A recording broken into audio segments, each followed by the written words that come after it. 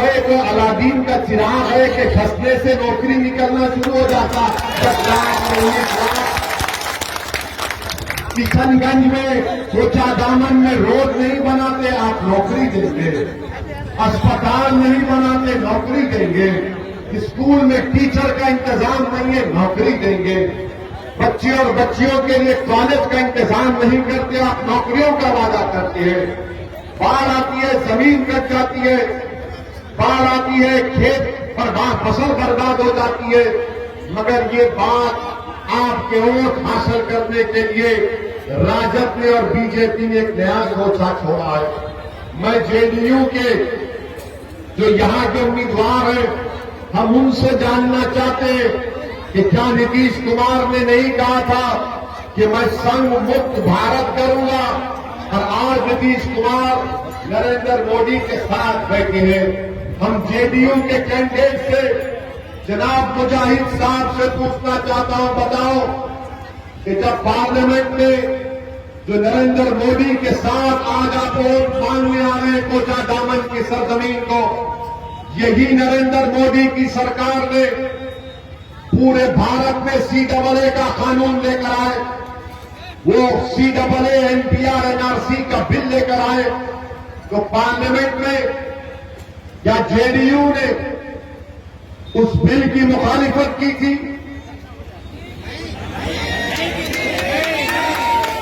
आप खुद जवाब दीजिए, क्या जेडीयू ने उस बिल की मुखालिफत की थी?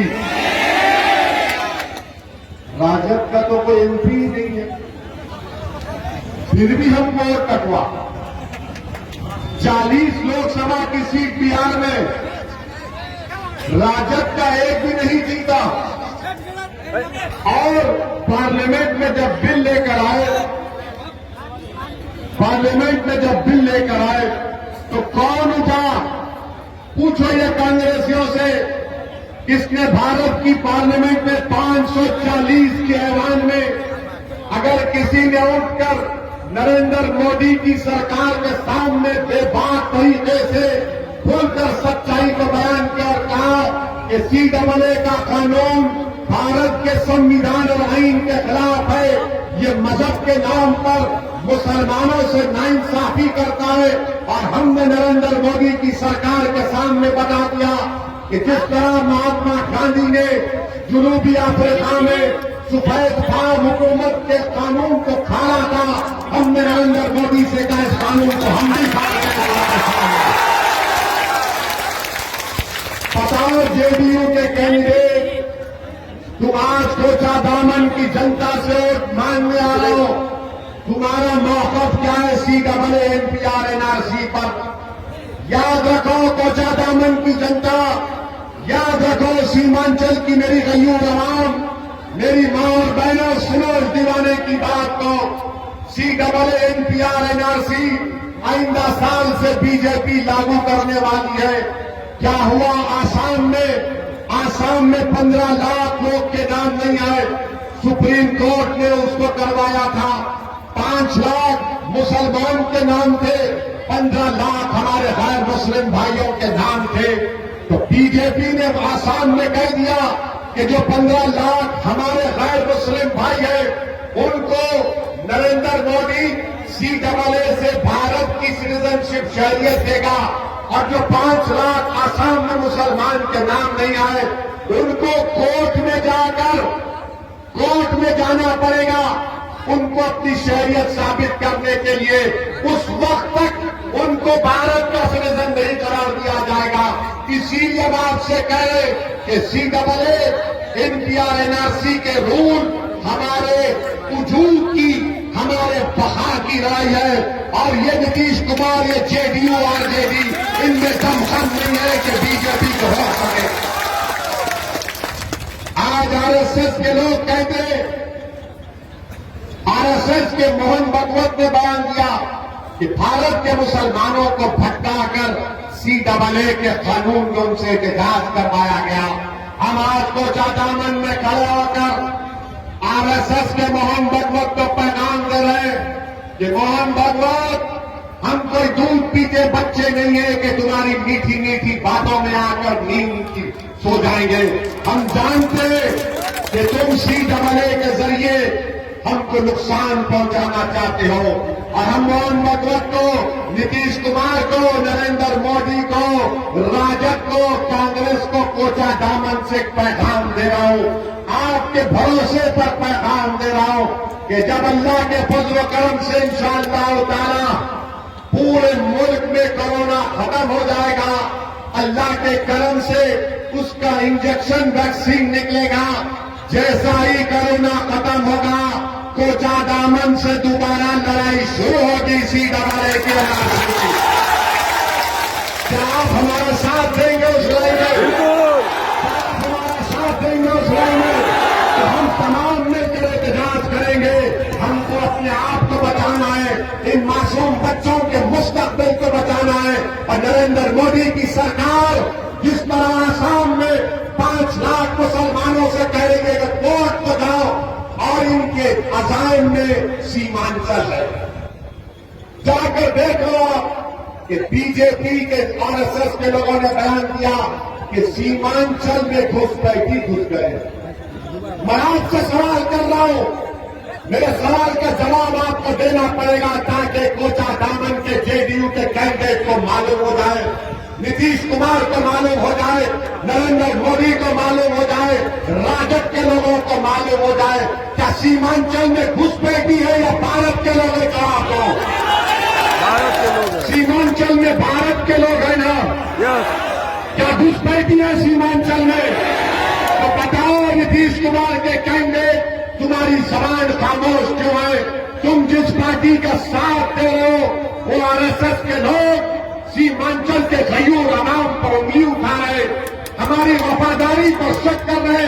अरे JDU और राजद वालों, RSS वालों, अगर हमारी वफादारी देखना है तो कोचा दामन के कब्रिस्तानों में जाकर देखो, हम सीना तान कर जमीन पर सो रहे। जब तक अल्लाह हमको जिंदा रखेगा सीना तान कर जिएंगे, अपने हक के लिए लड़ेंगे, अपने बच्चों की तालीम के लिए लड़ेंगे, अपनी बच्चियों की तालीम के लिए लड़ेंगे।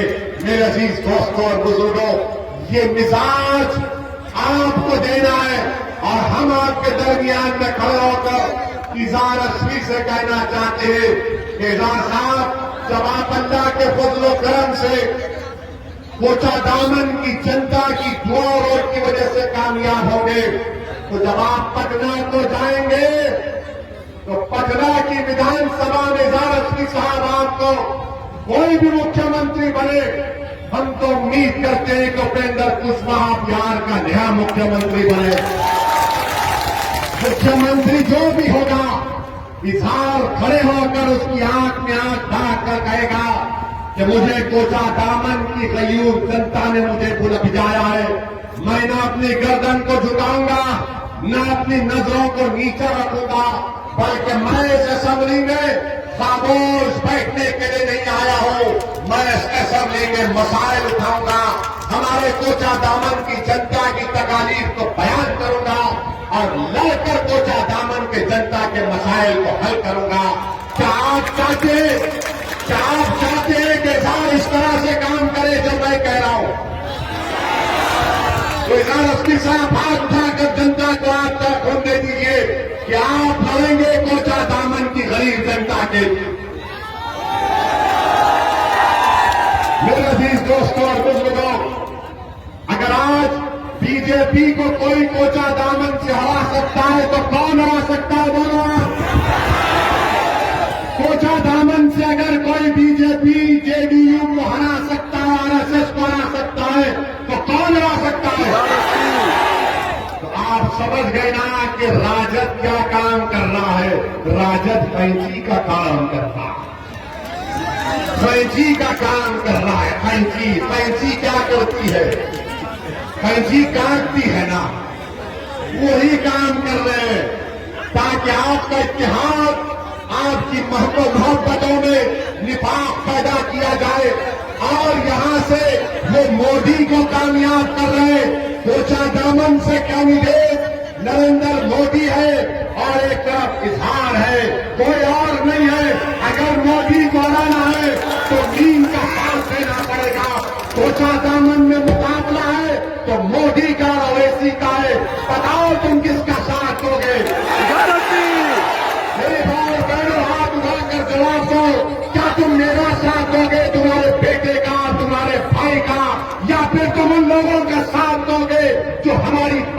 दुश्मन है, हमारे वजूद के दुश्मन है, हमारी तहजीब के दुश्मन है।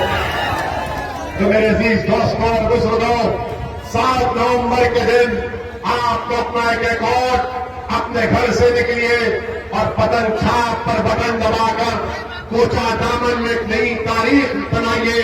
और जितने वादे हम कर रहे हैं, इंशाअल्लाह ताला कामयाबी के बाद हम खुद आएंगे किशनगंज को, कम से कम साल में 2-3 मरतबा आएंगे। आकर इनका हाथ पकड़कर बोलेंगे, बताइए जनाब कोचा दामन में क्या काम कुछ कर रहे हैं या नहीं कर रहे हैं।